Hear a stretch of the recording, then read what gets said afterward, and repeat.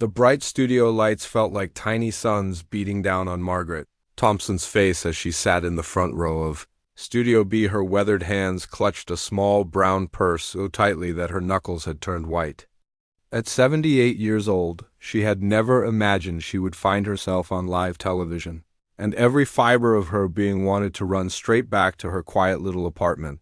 She had worn her best cardigan this morning, the soft blue, one with pearl buttons that her late husband Robert had bought her for their 50th wedding anniversary 3 years ago.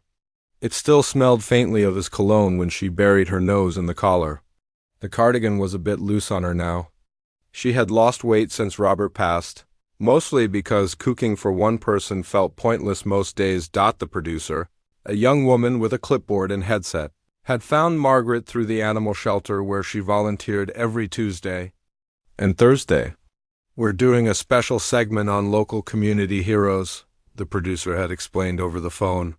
"People who make their neighborhoods better just by being kind."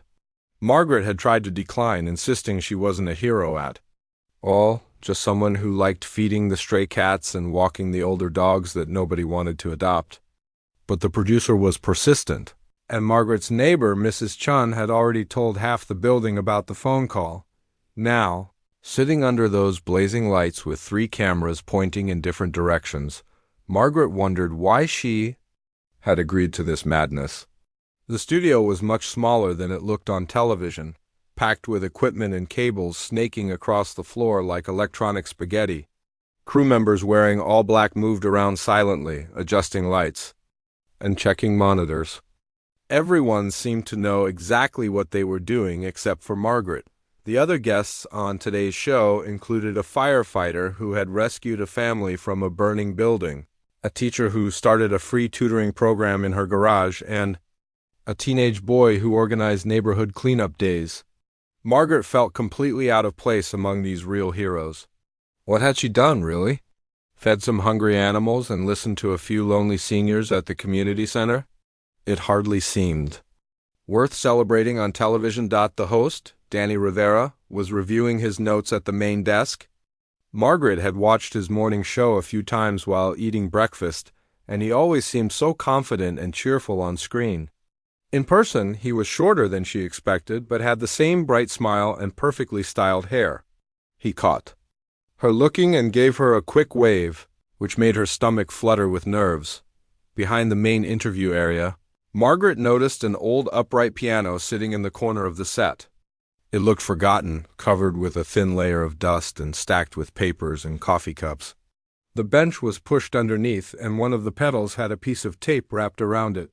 It was the kind of piano you might find in a church basement or elementary school music room, functional but not fancy. Something about seeing that piano made Margaret's chest feel tight.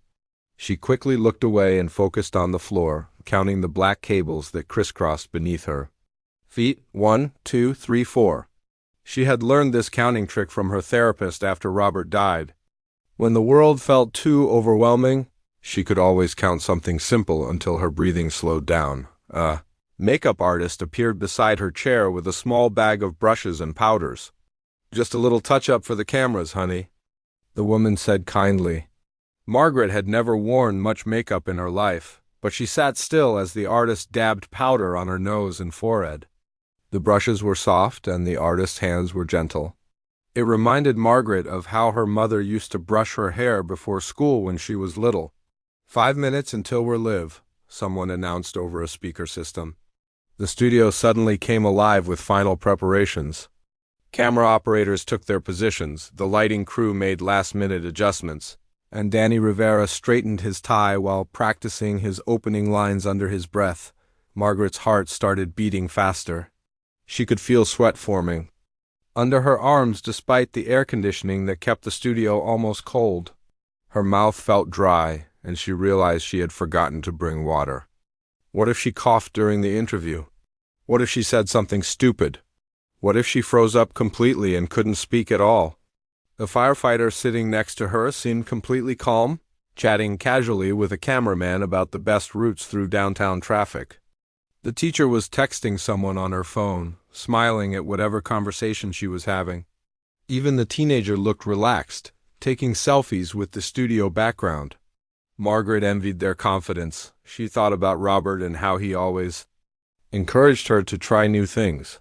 "You're braver than you think, Maggie," he used to say when she worried about learning to use the computer or driving to unfamiliar places. He had been the adventurous one in their marriage, always suggesting weekend trips or new restaurants to try. She had been content to follow his lead, trusting his judgment about what they should do and where they should go. Without him, the world felt much bigger and scarier. Simple tasks like grocery shopping or going to the bank required so much more mental energy than they used to. She had to make all the decisions now, from what to eat for dinner to whether the strange noise the refrigerator was making meant she needed to call a repairman. 2 minutes, everyone," the voice announced again.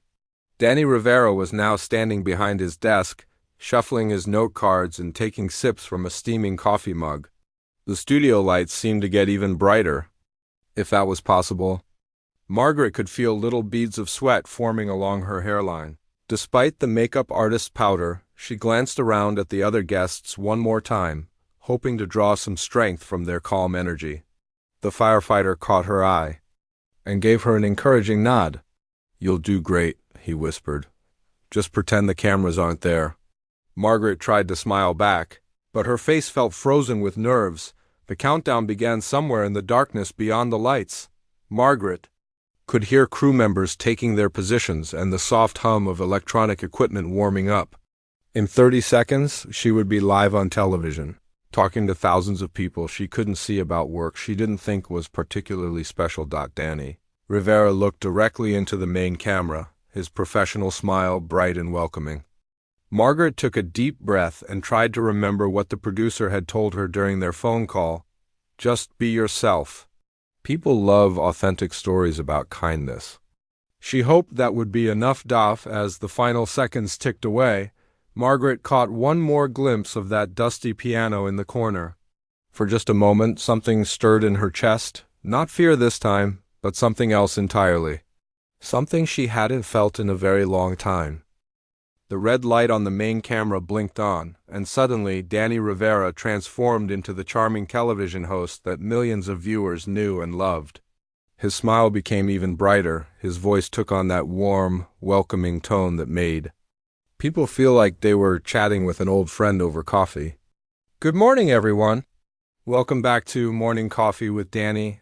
I'm your host, Danny Rivera, and do we have some incredible people to share with you today?" He gestured toward the guests with genuine enthusiasm.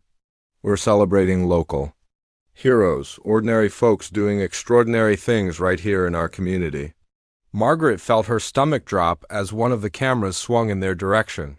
She tried to make herself smaller in the chair, hoping somehow she could become invisible. The studio audience, about 50 people sitting in bleacher-style seats, clapped enthusiastically. Some of them were waving, and a few had signs supporting their favorite guests.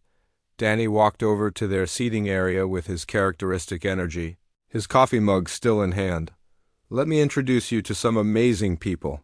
First, we have Captain Rodriguez from Fire Station 19, who just last month ran into a burning building not once, but 3 times to save an entire family." The firefighter smiled humbly and waved as the audience cheered.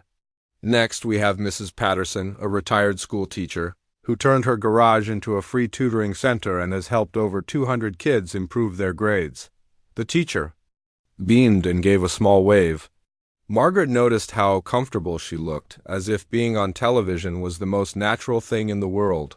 And this young man here is Tommy Chun, just 16 years old and already organizing monthly neighborhood cleanups that have transformed 3 different parks in our city. The teenager grinned and actually seemed to be enjoying the attention. Then Danny's eyes landed on Margaret, and she felt like a deer caught in headlights.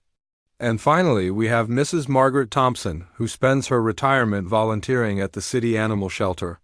"But Margaret, I have to say, you look absolutely terrified right now." The audience laughed good-naturedly, and Margaret felt her face burn with embarrassment. She managed a weak smile and nodded, not trusting her voice to work properly. Her hands were shaking slightly, and she gripped her purse even tighter. Danny's expression softened with genuine kindness. Hey, it's okay. We're all friends here. Tell you what, let's start with the others and work our way over to you. Sound good? Margaret nodded gratefully, feeling a tiny bit of relief wash over her. For the next several minutes, Danny interviewed the other guests with his trademark warmth and humor. He asked Captain Rodriguez about the rescue, getting details that had the audience gasping and applauding. He talked with Mrs. Patterson about her tutoring program and her passion for education, shone through every word. Tommy described his cleanup efforts with the enthusiasm only a teenager could muster, talking about how much trash they had collected and how many new volunteers joined each month. Margaret watched Danny work and had to admit he was good at his job. He knew exactly how to ask questions that brought out the best in people, how to make them feel important and valued. He celebrated their achievements without making them feel embarrassed about the attention. It was clear why his show was so popular, but as the interviews continued, Margaret noticed Danny's eyes occasionally wandering to that old piano in the corner. She caught him glancing at it during commercial breaks, and when she saw him actually walking over to examine it more closely, her stomach started to knot up with an uncomfortable feeling she couldn't quite name. When they came back from the commercial break, Danny turned his attention to Margaret. "All right, Mrs. Thompson, it's your turn. Now tell us about your work at the animal shelter. What got you started volunteering there?" Margaret cleared her throat and spoke quietly into the microphone clipped to her cardigan.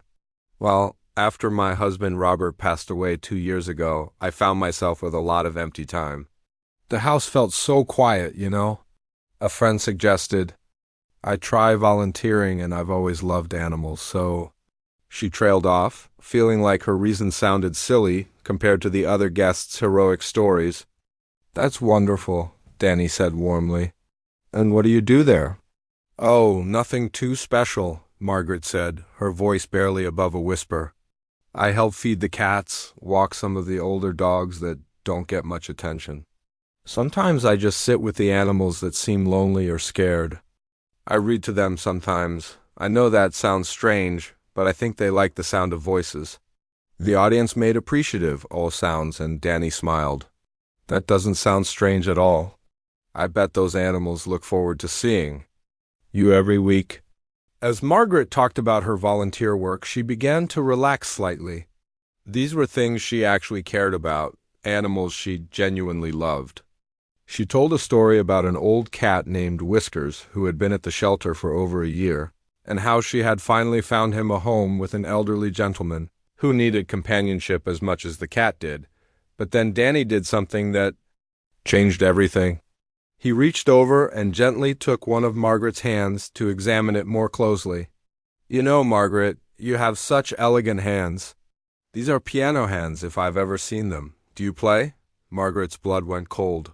She tried to pull her hand back, but Danny was still holding it, turning it over to look at her long, slender fingers. "Oh, no," she said quickly, shaking her head. "No, I don't play, not anymore. I mean, I never really—" She was stumbling over her words, her careful composure falling apart. Danny's eyes lit up with that look television hosts get when they sense an opportunity for good entertainment. He glanced over at the piano again, then back at Margaret's hands, then at the audience. Margaret could practically see the wheels turning in his head. "Wait a minute," Danny said, his voice taking on an excited tone. "Ladies and gentlemen, we have a piano right here in the studio today. It's been sitting there for weeks. We use it sometimes for musical guests." He looked directly at Margaret with a mischievous grin. "What do you say, Margaret? Want to tickle the ivories for us?" The audience immediately started clapping and cheering encouragement. Margaret felt the blood drain from her face. "Oh, no. Really, I couldn't," she said, waving her hands frantically. "I haven't played in years and years, decades, really. I wouldn't even remember how to—" But Danny was already standing up, energized by the audience's enthusiasm. "Come on, everyone. Let's encourage Margaret to give it a try." The audience clapped louder, and someone shouted, "You can do it, Margaret!" Margaret looked around desperately, feeling trapped. The cameras were still rolling, the audience was cheering, and Danny was looking at her with such hopeful expectation. Her heart was pounding so hard she was sure everyone could hear it through the microphone. I really can't, she repeated, but her voice was lost in the noise of the crowd. The other guests were smiling and nodding encouragingly, thinking they were being supportive. Even the crew members were grinning, anticipating what they thought would be a sweet, maybe slightly awkward moment that would make good television. None of them could have imagined what was really about to happen. Margaret's hands trembled as she gripped the arms of her chair, her knuckles white against the burgundy fabric. The studio lights seemed to get brighter, hotter, making tiny beads of sweat form along her hairline despite the air conditioning. She shook her head vigorously, her gray curls bouncing with the motion. "Really, Danny, I appreciate the thought, but I couldn't possibly," she said, her voice barely audible over the continued applause from the audience. "I haven't touched a piano in, oh, it must be 15 years now, maybe 20. My fingers don't work like they used to." But Danny was already walking toward the old upright piano, his television host instincts in full gear. He brushed some of the dust off the top and moved the stack of papers and coffee cups to a nearby table. "Look at this beauty," he said to the camera, patting the piano's wooden surface. "This old girl has been sitting here gathering dust, just waiting for someone to bring her back to life." The audience laughed and clapped, eating up every moment of what they clearly saw as wholesome entertainment. Margaret could see people in the front row leaning forward in their seats, phones out and ready to record what they expected would be a charming, if slightly clumsy, performance from a sweet elderly lady. Mrs. Patterson, the retired teacher sitting next to Margaret, reached over and gently patted her arm. "Oh, come on, dear, it'll be fun. I bet it's just like riding a bicycle. Once you learn, you never really forget." Her smile was warm and encouraging, meant to be supportive. She had no idea that her words felt like tiny knives to Margaret's already frayed nerves. Tommy, the teenage volunteer, chimed in with youthful enthusiasm. "Yeah, Mrs. Thompson. My grandma always says you're never too old to try something. Even if you mess up, nobody cares. We just want to see you have fun." Margaret felt surrounded by well-meaning encouragement that only made everything worse. These were good people with kind hearts, but they didn't understand. They couldn't understand. How could she explain that the piano wasn't just an instrument to her? How could she tell them that sitting at those keys would unlock a flood of memories she had spent years trying to keep buried? Danny had found the piano bench and pulled it out from under the keyboard. He dusted it off with his hand and looked back at Margaret with that bright television smile. "Come on, Margaret. We're not asking for Carnegie Hall here. Just a few notes. Mary had a little lamb, or Twinkle, Twinkle, Little Star, something simple and fun." The audience laughed again, and someone from the back shouted, "You got this, Margaret." Another voice called out, "We believe in you." Their encouragement felt like a weight pressing down on her chest, making it hard to breathe properly. Captain Rodriguez leaned forward from his chair. "Hey, if I can run into burning buildings, you can play a few notes on a piano, right?" He winked at her, his tone playful and meant to lighten the mood. "Besides, what's the worst that could happen? A few wrong notes never hurt anybody." Margaret's mouth felt dry as cotton. She tried to swallow, but there wasn't enough saliva. Her heart was beating so fast she wondered if the microphone clipped to her cardigan was picking up the sound. She looked around desperately, hoping to find some escape, but there was nowhere to go. The cameras were still rolling, the audience was still cheering, and Danny was still standing by that piano with his expectant smile. "I really don't think this is a good idea," Margaret said, her voice cracking slightly. "My arthritis, and my memory isn't what it used to be. I probably just embarrassed myself on live television." Danny's expression softened with what he clearly thought was understanding compassion. "Margaret, listen to me. There's no such thing as embarrassing yourself here. This is about celebrating you and everything you do for our community. If you play beautifully, wonderful. If you hit a few wrong notes, even better. It shows you're human just like the rest of us." A production assistant appeared beside Danny with a small towel, and he used it to wipe down more of the piano's surface. The keys, Margaret noticed with a sinking heart, were still perfectly white and black, clean despite the dust on the rest of the instrument. Someone had been maintaining it, which meant it was probably in tune. "You know what?" Danny said, struck by sudden inspiration. Let's make this easier. I'll sit with you. We can play chopsticks together, remember that one? Just 4 fingers. Super simple. He demonstrated the basic melody with one hand, the familiar tune echoing through the studio speakers. The audience loved this idea, clapping and laughing as Danny played the children's song with exaggerated movements. Several people started humming along, and Margaret heard someone say, "Oh, this is going to be so cute." But Margaret felt anything but cute. She felt cornered, trapped by the kindness of people who had no idea what they were asking of her. Her breathing was becoming shallow as she recognized the signs of a panic attack starting to build. She had experienced them frequently in the months after Robert's death, usually triggered by reminders of the life they had shared together. Mrs. Patterson noticed Margaret's distress and leaned closer. "Honey, are you all right? You look a little pale." Margaret nodded quickly, not trusting her voice. She couldn't explain that the piano represented everything she had lost, everything she had given up, everything she had chosen to leave behind. She couldn't tell them that the last time she had played, Robert had been sitting beside her on the bench, his hand resting gently on her shoulder as she worked through a particularly difficult passage. Danny finished his demonstration of chopsticks and turned back to the group with renewed energy. "See? Super easy. And Margaret, I bet once you sit down there, they'll all come flooding back. Muscle memory is an amazing thing." That was exactly what Margaret was afraid of, that it would all come flooding back.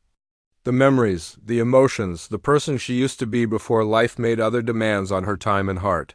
She had carefully built walls around that part of herself, and she wasn't ready to have them torn down on live television in front of thousands of strangers. Tommy jumped up from his chair with teenage enthusiasm. "I'll walk over there with you, Mrs. Thompson. We can be nervous together. I've never been on a piano bench before, so we'll both be trying something new." His offer was so sweet, so genuine, that Margaret felt tears threatening to spill over. These people were being nothing but kind to her, trying to help her feel included and special. She couldn't make them understand that sometimes kindness could feel like cruelty when it pushed you toward something you weren't ready to face. The studio audience was getting louder now, some people clapping rhythmically, others calling out more encouragement. She could hear fragments of their shouts. "Go, Margaret. You can do it. We're rooting for you." Danny extended his hand toward her, his smile genuine and patient. "What do you say, Margaret? Just a few minutes at the piano. For the animals. At the shelter, think of it as a little performance to help them find homes." Margaret looked at his outstretched hand, then at the faces of the other guests, then at the audience full of people who believed they were witnessing a heartwarming moment. She closed her eyes for just a second, trying to gather the strength to disappoint them all. Margaret opened her eyes and looked at Danny's outstretched hand. The studio seemed to hold its breath, waiting for her answer. The cameras continued to roll, capturing every second of her hesitation. She could feel the weight of everyone's expectations pressing down on her like a heavy blanket. In that moment, something shifted inside her chest. Maybe it was the memory of Robert's voice echoing in her mind. "You're braver than you think, Maggie." Maybe it was the genuine kindness in all these faces looking at her with such hope. Or maybe it was simply that she was tired of running away from the parts of herself she had locked away. Whatever it was, Margaret slowly released her death grip on the chair arms and placed her trembling hand in Danny's palm.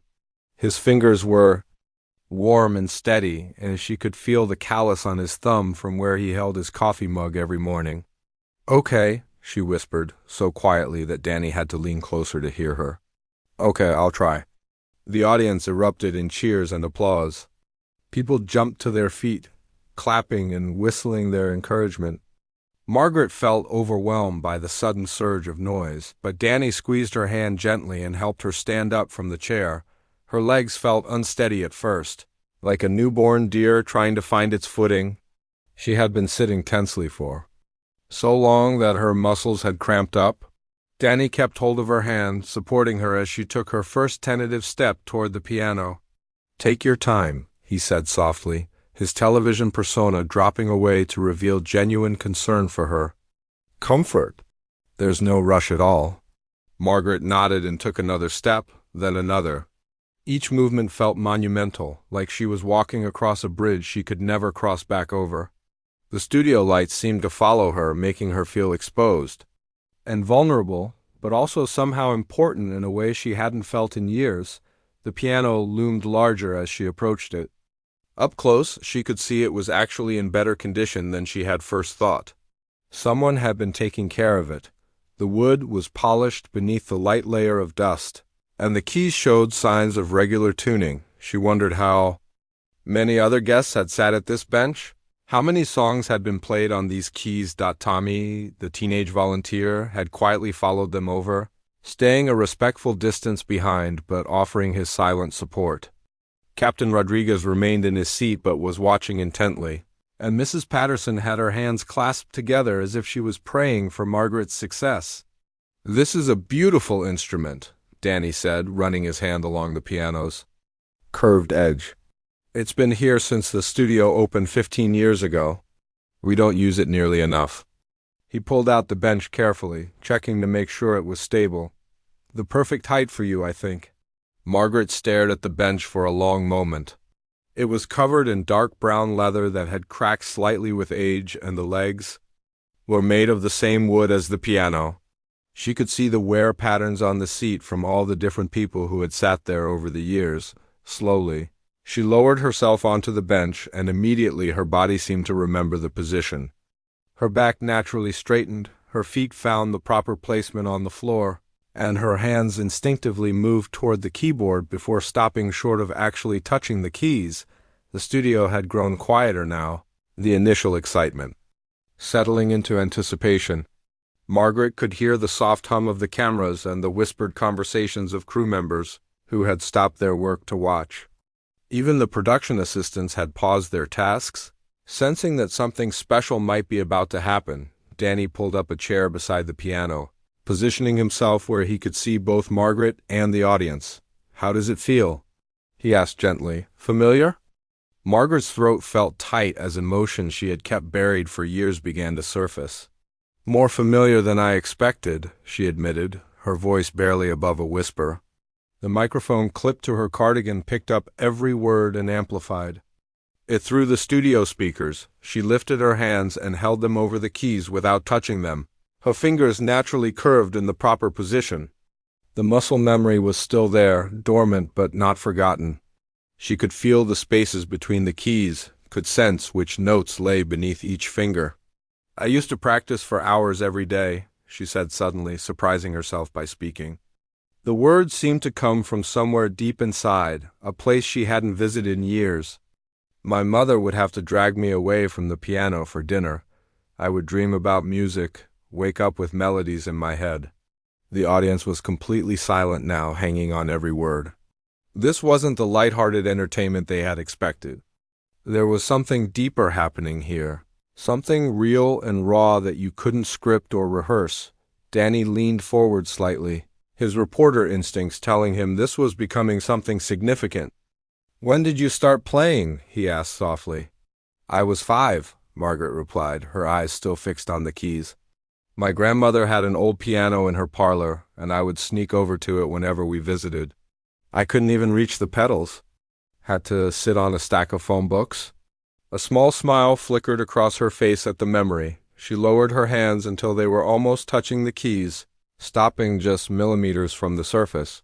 The anticipation in the studio was almost electric. Camera operators zoomed in closer, trying to capture every nuance of this unexpected moment. "Robert used to love hearing me play," Margaret continued, her voice getting stronger. "Even after we were married for 50 years, he would still request his favorite pieces. He'd sit in his armchair with his newspaper, but I knew he was really listening to the music." A tear rolled down her cheek, but she didn't wipe it away. "When he got sick, I would play for him every evening. It was the only thing that seemed to help with his pain. The music would relax him, help him sleep." The studio was so quiet that Margaret could hear her own heartbeat in her ears. She took a deep breath and finally, gently, placed her fingertips on the keys. The touch was feather-light, not enough pressure to make any sound, but the contact sent a shiver through her entire body. I haven't played since his funeral, she whispered. I couldn't. Every song reminded me of him, of what we had lost. I sold our piano the week after he died. I thought if I got rid of it, the pain might go away too. Danny's eyes were bright with unshed tears. This had become something far more profound than the light entertainment segment he had planned. The audience was completely absorbed, and many of them wiping their own eyes as they listened to Margaret's story. Margaret pressed down slightly harder on the keys. Still not enough to create sound, but feeling the resistance of the mechanism underneath. Her fingers remembered the touch, the precise pressure needed to bring forth music from an instrument that had been silent for too long. But sitting here now, she said, looking up at Danny for the first time since she had sat down, I think maybe Robert would want me to play again. Maybe he would want the music to continue. The studio held its collective breath as Margaret's fingers finally began to move into position over the keys, ready to break years of silence with whatever music lived inside her heart. Margaret's fingers hovered over the keys for what felt like an eternity. The studio was so quiet that she could hear the soft buzz of the overhead lights and the distant hum of traffic outside. Every eye in the room was focused on her weathered hands, waiting to see what would happen next. She closed her eyes and took a deep breath, trying to calm the storm of emotions swirling inside her chest. For a moment, she could almost feel Robert sitting beside her on the bench, his warm presence encouraging her just like he had done thousands of times before. The memory gave her strength. Her right hand moved first, pressing down on a single key in the middle of the keyboard. The note rang out clear and pure through the studio speakers, a simple C that seemed to echo longer than it should have in the hushed space. Margaret's eyes flew open in surprise. The piano was perfectly in tune, its voice rich and warm despite its dusty appearance. The audience remained perfectly still, unsure of what they were witnessing. Danny leaned forward in his chair, his professional smile still in place, but his eyes showing genuine curiosity about what would come next. He had expected maybe Mary Had a Little Lamb or something equally simple and charming. Margaret pressed another key, then another. 3 notes, tentative and careful, like a child learning. To walk, her left hand joined in, finding a simple chord in the lower register. The sound was basic, elementary, exactly what everyone had expected from a nervous elderly woman who hadn't played in years. But then something magical began to happen. Margaret's fingers started to remember. Not just the mechanics of playing, but the music itself. The simple notes began to flow together, forming a gentle melody that none of the audience recognized, but that seemed to come from somewhere deep in Margaret's soul. Her posture straightened as years of proper training reasserted itself. Her wrists lifted to the correct position, her shoulders relaxed, and her fingers began to curve naturally over the keys. Tommy, still standing nearby, noticed the change. First, the tentative, uncertain woman who had approached the piano was transforming before his eyes. There was something different about the way she was sitting now, something confident and purposeful that hadn't been there moments before. The melody Margaret was playing wasn't flashy or complicated, but it was beautiful in its simplicity. It reminded some listeners of a lullaby their grandmother might have sung, while others thought of peaceful mornings or quiet evenings at home. The notes seemed to float through the studio, wrapping around everyone present like a warm embrace. Danny's smile was becoming more genuine and less television host bright. He could sense that this was turning into something special, though he couldn't quite put his finger on what was different. The music was pleasant enough, certainly better than he had expected, but there was something else happening that he couldn't identify. Margaret's eyes were closed again, and a small smile had appeared on her face. For the first time since entering the studio, she looked completely relaxed. The tension had melted away from her shoulders, and her breathing had become deep and steady. Her hands moved across the keys with increasing confidence, each note flowing naturally into the next dot in the audience. An elderly man in the third row found himself thinking of his late wife, who used to hum while she cooked dinner. A young mother, near the front, was reminded of the music box that played in her daughter's nursery. The melody was reaching into people's hearts and finding their most tender memories. Mrs. Patterson watched with growing amazement as Margaret's playing became more complex. What had started as simple single notes was now evolving into something with harmony and depth. Margaret's left hand was providing a gentle accompaniment, while her right hand carried the melody higher up the keyboard. The piece Margaret was playing seemed to be entirely her own creation, flowing from her fingers without any sheet music or conscious thought. It was as if the piano was speaking through her, telling a story that had been waiting years to be told.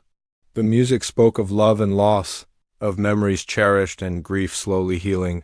Captain Rodriguez found himself completely captivated. He had attended dozens of concerts and shows over the years, but there was something about this quiet performance that was affecting him more deeply than any elaborate production ever had. The sincerity and emotion in the music was undeniable. As Margaret continued to play, her technique became more apparent to those who knew something about piano. Her finger movements were precise and controlled, her timing was perfect, and her touch on the keys showed years of proper training.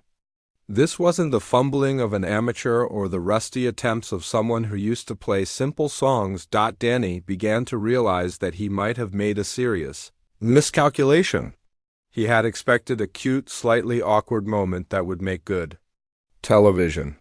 Instead, he was witnessing something that felt almost sacred. The woman at the piano was no longer the nervous, trembling volunteer who had been afraid to speak up. She had transformed into someone else entirely. The melody began to build, becoming more elaborate without losing its essential gentleness. Margaret's hands moved across the keyboard with increasing fluidity, her fingers finding complex chord progressions that most casual piano players would never attempt. Yet she played them effortlessly, as if they were as natural as breathing. Some of the crew members had stopped working entirely, setting down their equipment to listen. Camera operators found themselves filming with unusual care, instinctively knowing they were capturing something extraordinary. The usual bustle and movement that characterized a live television production had given way to an almost church-like reverence. Margaret's left hand began to play a more sophisticated bass line, providing a rich foundation for the melody that was now soaring in the upper registers. The piece was becoming more dramatic, more emotionally complex, while still maintaining the tender quality that had drawn everyone in from the beginning. In the control booth, the director was frantically signaling for the cameras to get closer shots of Margaret's hands. He had been in television for 20 years and had never seen anything quite like this. The woman was playing with a level of skill and artistry that belonged in concert halls, not on morning talk shows. The music began to reach a crescendo, and Margaret's playing became more passionate and intense. Her whole body swayed slightly with the rhythm, and her face showed an expression of pure joy and release.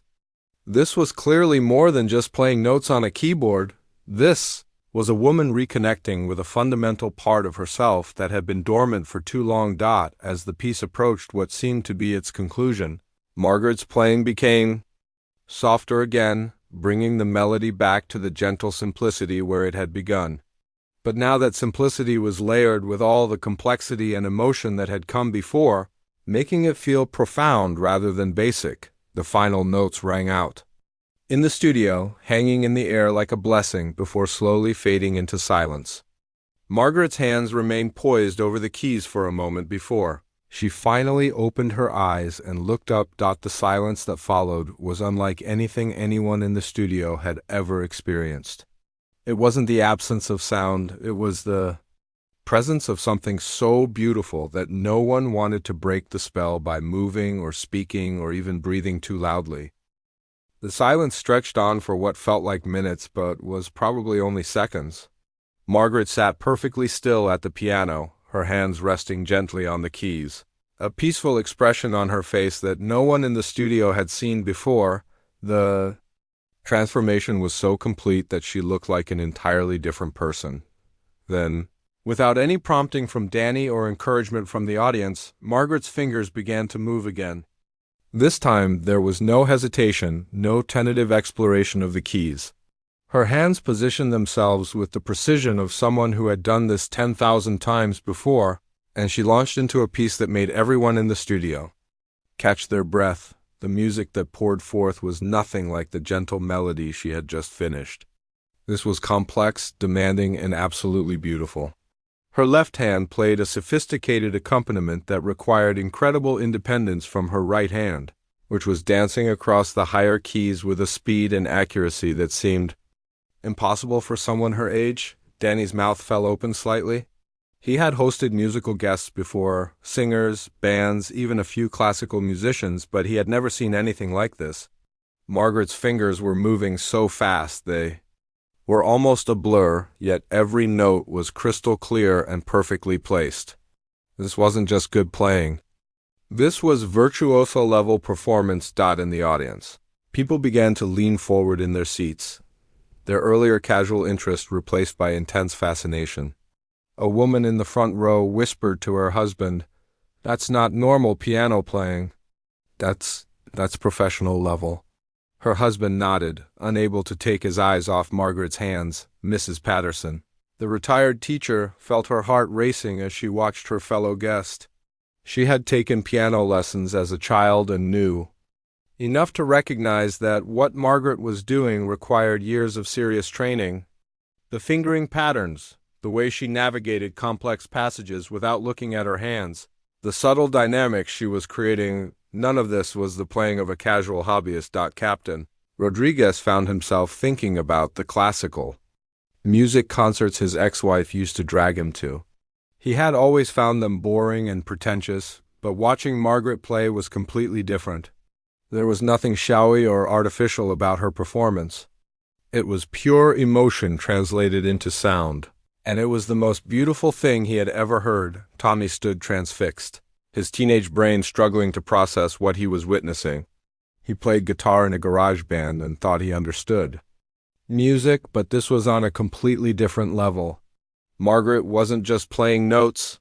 She was telling a story without words, painting pictures with sound, making the piano sing in ways he didn't know were possible. The piece Margaret had chosen was technically demanding, requiring both hands to work independently while maintaining perfect coordination.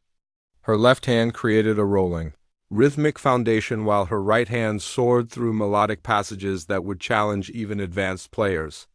Yet she played it as if it were as simple as breathing. Camera operators were frantically adjusting their shots, trying to capture the incredible sight of Margaret's hands flying across the keyboard. In the control booth, the director was shouting whispered instructions to his crew, realizing that they were documenting something extraordinary that would probably never be repeated. As the piece continued, Margaret's playing became even more impressive. She began to add her own embellishments and interpretations, taking the basic structure of the music and making it uniquely her own. These weren't random changes, they were the sophisticated modifications that only someone with deep musical understanding could create. The emotional impact of her performance was becoming overwhelming for many in the audience. Several people were openly crying, not from sadness, but from the sheer beauty of what they were hearing. The music seemed to reach into their souls and touch something fundamental about what it meant to be human. Danny realized that his hands were shaking slightly. As a television host, he had learned to maintain his composure in any situation, but this was testing his limits. He kept looking back and forth between Margaret's serene face and her incredible hands, trying to reconcile the nervous volunteer who had sat in his guest chair with the master musician, who was now commanding the studio, one of the sound engineers. In the control booth, turned to his colleague and whispered, "We need to record every second of this. People are going to want to hear this again and again."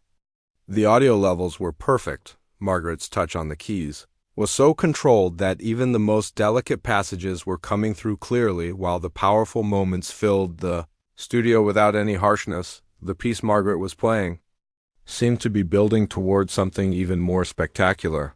Her hands began to move even faster, executing runs and passages that required incredible finger independence and strength. Her posture remained perfect throughout, her shoulders relaxed, despite the physical demands of what she was playing. Mrs. Patterson found herself thinking about her years as a music teacher, She had worked with hundreds of students, from beginners to advanced players preparing for college auditions. She knew talent when she saw it, and what Margaret was displaying went far beyond talent. This was the result of decades of serious study and professional-level dedication. The studio had become completely silent except for the music. Even the crew members, who usually moved around constantly during live broadcasts, had stopped their work to listen. Cameras continued to roll, but the operators were so absorbed in the performance that they were filming almost by instinct. As Margaret approached what seemed to be the climax of the piece, her playing became even more passionate and intense. Her whole body swayed with the music, and her face showed an expression of pure joy and artistic fulfillment that was beautiful to witness. This was clearly a woman doing exactly what she was meant to do. The technical aspects of her performance were staggering. She was playing passages that would challenge conservatory students, executing them with a maturity and musical understanding that only came from years of professional experience. Her phrasing was sophisticated, her dynamics were perfect, and her timing was absolutely flawless. Danny began to realize that he was witnessing something that might be the most remarkable moment in his entire television career. He had interviewed celebrities, politicians, and fascinating people from all walks of life, but he had never seen anything that compared to Margaret's transformation from frightened volunteer to commanding artist. The audience was completely under Margaret's spell.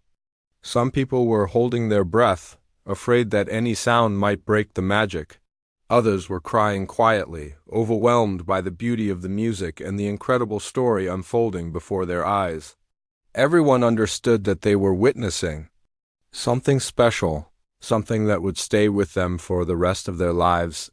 As the piece built toward its conclusion, Margaret's playing reached levels of intensity and beauty that seemed almost impossible. Her hands moved across the keyboard with the confidence of someone who had spent a lifetime mastering this craft, creating music that transcended simple entertainment and became something approaching the sacred. The final passages were so beautiful and technically brilliant that several audience members gasped audibly. Margaret's hands seemed to float above the keys, drawing out every possible ounce of expression from the instrument. When the last note finally rang out and slowly faded into silence, the studio remained frozen in absolute stillness. No one moved. No one spoke. No one even seemed to breathe. They had just witnessed something that none of them would ever forget. The silence in the studio felt like it was alive, pulsing with the energy of what everyone had just witnessed. Margaret sat at the piano bench with her hands still resting on the keys, her eyes closed, a single tear rolling down her cheek. The peaceful expression on her face was radiant, as if she had just come home after a very long journey. Then slowly, one person in the audience began to clap. It was the elderly man in the third row, his weathered hands coming together in slow, deliberate applause. The sound seemed to break the spell that had held everyone frozen. And suddenly the entire studio erupted, but this wasn't the polite, encouraging applause that had greeted the other guests earlier. This was something entirely different. People leaped to their feet, their faces showing a mixture of amazement, joy, and disbelief. The clapping was thunderous, mixed with whistles, cheers, and shouts of "Bravo!" that echoed off the studio walls. Margaret opened her eyes, looking startled by the intensity of the response. She had been lost in the music, transported back to a time and place she thought she had left forever. The roar of approval seemed to confuse her at first, as if she couldn't quite remember where she was or what had just happened. Danny stood up from his chair, his professional composure completely abandoned. His hands were shaking as he applauded, and his eyes were bright with tears he wasn't trying to hide. He had been in television for 15 years and had never experienced anything like this. The morning show set felt more like Lincoln Center or Carnegie Hall. "Margaret," Danny said, his voice cracking with emotion as he tried to speak over the continuing applause. "Margaret, that was... I don't even have words for what that was." Mrs. Patterson was crying openly now, her hands pressed to her heart. As a former music teacher, she understood better than most what she had just witnessed. The technical skill Margaret had displayed was at a level that took decades to achieve, and the emotional depth of her interpretation suggested someone with Profound musical understanding. Tommy was staring at Margaret with his mouth hanging open, his teenage brain still trying to process what had happened. "Mrs. Thompson," he said, his voice full of awe, "where did you learn to play like that? That was that was incredible." Captain Rodriguez was shaking his head in amazement. "I've never heard anything like that in my life," he said, his voice thick with emotion. "That wasn't just playing piano. That was art? Pure art?" The applause continued for what felt like several minutes before finally beginning to die down. Margaret looked around the studio as if seeing it for the first time, her eyes taking in all the faces staring at her with wonder and admiration. She seemed almost surprised by their reaction, as if she couldn't quite understand what all the fuss was about. Danny sat back down, leaning forward toward Margaret with intense curiosity. "Margaret, I have to ask ... That wasn't the playing of someone who took a few lessons as a child. That was professional level." "More than professional level. Who are you really?" Margaret's hands trembled slightly as she folded them in her lap.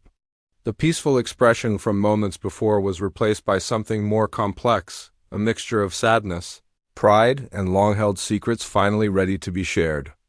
"I suppose there's no point in hiding it anymore?" she said quietly, her voice barely audible through the microphone. "I wasn't always just a volunteer at an animal shelter." The studio fell silent again, everyone leaning forward to catch every word. Even the crew members had stopped what they were doing, sensing that another revelation was coming. Margaret took a deep breath and looked directly at Danny. 50 years ago, I was Margaret Hartwell. I was a concert pianist. I performed with the Chicago Symphony, the Boston Pops, the Philadelphia Orchestra. Her voice grew stronger as she spoke, as if each word was helping her reclaim a part of herself she had buried long ago. A collective gasp went up from the audience. Danny's eyes widened, and he looked like someone had just told him he was sitting next to a movie star. "Margaret Hartwell," he repeated slowly. "The Margaret Hartwell?" Margaret nodded, fresh tears starting to flow. "I had recording contracts, tours, all of it. I was living my dream, traveling the world, playing in the most beautiful concert halls you can imagine. The music was everything to me." Mrs. Patterson gasped and put her hand over her mouth. "Oh my goodness," she whispered. "I remember you. I had your recordings. You were famous. What happened?" Danny asked gently, though he seemed almost afraid to hear the answer. Margaret was quiet for a long moment, gathering the strength to continue her story. "I met Robert," she said finally, her voice soft with memory. "He was a music teacher at a small college, and he came to one of my concerts in Chicago. We fell in love, and suddenly I had to choose between my career and the man I wanted to spend my life with." She paused, wiping her eyes with a tissue that someone had quietly handed her. "Robert never asked me to give up music. He would have supported whatever I wanted to do. But traveling constantly, being away from home for months at a time, it wasn't the life I wanted anymore. I wanted a family, a home, a normal life." The audience was hanging on every word, completely absorbed in her story. Several people were crying, moved by the sacrifice she had described. "So I walked away," Margaret continued. "I finished my tour obligations and then I just stopped. We got married, I took his name, and we moved to a small town where nobody knew who I used to be. We had 3 beautiful children, and I taught piano lessons from our living room while they were growing up." Danny was shaking his head in amazement. "You gave up a career like that for love and family?" "I didn't give it up," Margaret said, her voice growing stronger.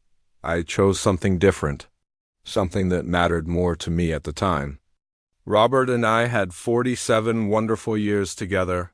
We raised 3 kids who became teachers and doctors and good people. I have no regrets about the choice I made." "But you stopped playing completely?" Mrs. Patterson asked, her voice full of concern. "Not completely," Margaret replied. "I played for my family, for church services, for school programs. Robert loved to hear me play in the evenings after dinner. But I never performed publicly again. I never wanted the attention or the pressure. I just wanted to be a wife and mother." Tommy was staring at her with new understanding. And when your husband died, you couldn't play anymore because it reminded you of him. Margaret nodded, unable to speak for a moment as emotion overwhelmed her. Every song was connected to a memory of him, she finally managed. Our first dance, the lullabies I played for our children, the pieces he requested on quiet Sunday afternoons. After he was gone, touching the piano felt like opening a wound that wouldn't heal. The studio was completely silent except for the soft sounds of people crying. Even the hardened television crew members were wiping their eyes, moved by the depth of Margaret's love and loss. Danny reached over and gently took her hand. But you played today, he said softly. What changed? Margaret looked around the studio, taking in all the faces looking at her with such kindness and admiration. I think, she said slowly, I finally realized that the music isn't about the sadness, it's about the love. And love doesn't end just because someone dies. The studio audience erupted into applause again, but this time it was different. It wasn't just appreciation for a beautiful performance. It was celebration of a woman who had found her way back to herself.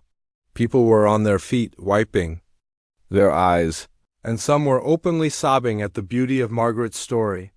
Danny had to wait several minutes for the applause to die down before he could speak. When he finally found his voice, it was thick with emotion. Margaret, would you play one more piece for us? Something that reminds you of Robert? Margaret looked at him with surprise, then glanced at the piano keys. For a moment, the old fear flickered across her face, but then she smiled, a real, genuine smile that transformed her entire appearance. I think I know exactly what to play, she said softly. She turned back to the piano and placed her hands on the keys with new confidence. This time there was no hesitation, no nervous trembling. She began to play a gentle, romantic melody that seemed to float through the studio, like a warm embrace. It was the kind of music that made people think of slow dancing in their living rooms, of quiet moments shared between two people who had loved each other for decades. This was our song, Margaret said as she played, her voice barely above a whisper but carrying clearly through the microphone. Robert hummed it when he proposed to me. I played it at our wedding, and again on every anniversary. Even when his memory started to fade in his final years, he would still smile when I played this melody. The music was simple but deeply moving, filled with a lifetime of shared memories and enduring love. As Margaret played, her face was radiant with joy and peace. She looked like a woman who had finally forgiven herself for grieving, who had found a way to honor her husband's memory through the gift he had always treasured most. When the last note faded away, the silence in the studio was reverent. Then Danny stood up and began to applaud, and once again the entire audience joined him.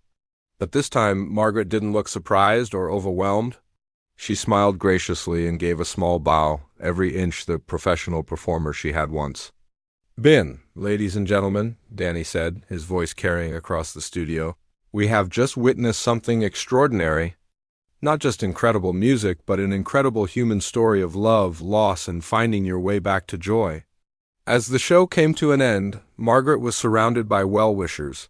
The other guests wanted to shake her hand, crew members asked for autographs, and audience members lined up to tell her how much her performance had meant to them. The elderly man from the third row approached with tears in his eyes. My wife was a pianist too, he told Margaret quietly. She passed last year, and I haven't been able to listen to music since, but hearing you play today, I think she would want me to remember the beauty, not just the sadness. Margaret took his hands in hers. Music is how we keep our loved ones alive in our hearts, she said gently. They're still with us in every melody. Within hours of the show airing, something remarkable began to happen. Video clips of Margaret's performance started appearing on social media, shared by viewers who had been moved by what they had witnessed. The show's producers uploaded the full segment to their website, and it began spreading faster than anyone could have imagined. By evening, the video had been viewed over 1 million times. Comments poured in from around the world, from professional musicians amazed by her skill, from elderly viewers inspired by her courage, from people who had lost spouses and found comfort in her story. The hashtag Margaret Plays started trending, with people sharing their own stories of rediscovering passions they had set aside. Margaret's phone began ringing almost immediately. The first call came from the director of the City Symphony Orchestra, inviting her to be a featured soloist in their upcoming concert. Then came calls from music schools wanting her to give master classes, from documentary filmmakers interested in telling her story, from record companies hoping to convince her to make a new album, but perhaps the most meaningful call came from the local senior center. The activities director had watched the show and wanted to know if Margaret would consider starting a music program for the residents. "So many of our people have given up things they used to love," the woman explained. "Seeing your story might inspire them to try again." Margaret found herself saying yes to opportunities she never would have considered just days before. She agreed to perform with the symphony orchestra, but only if they would donate half the ticket proceeds to the animal shelter where she volunteered.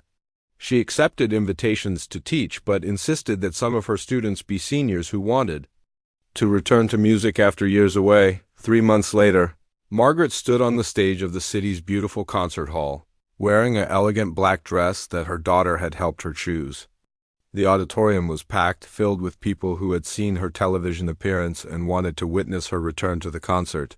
Stage in person. As she sat at the grand piano and prepared to begin her performance, Margaret spotted familiar faces in the audience.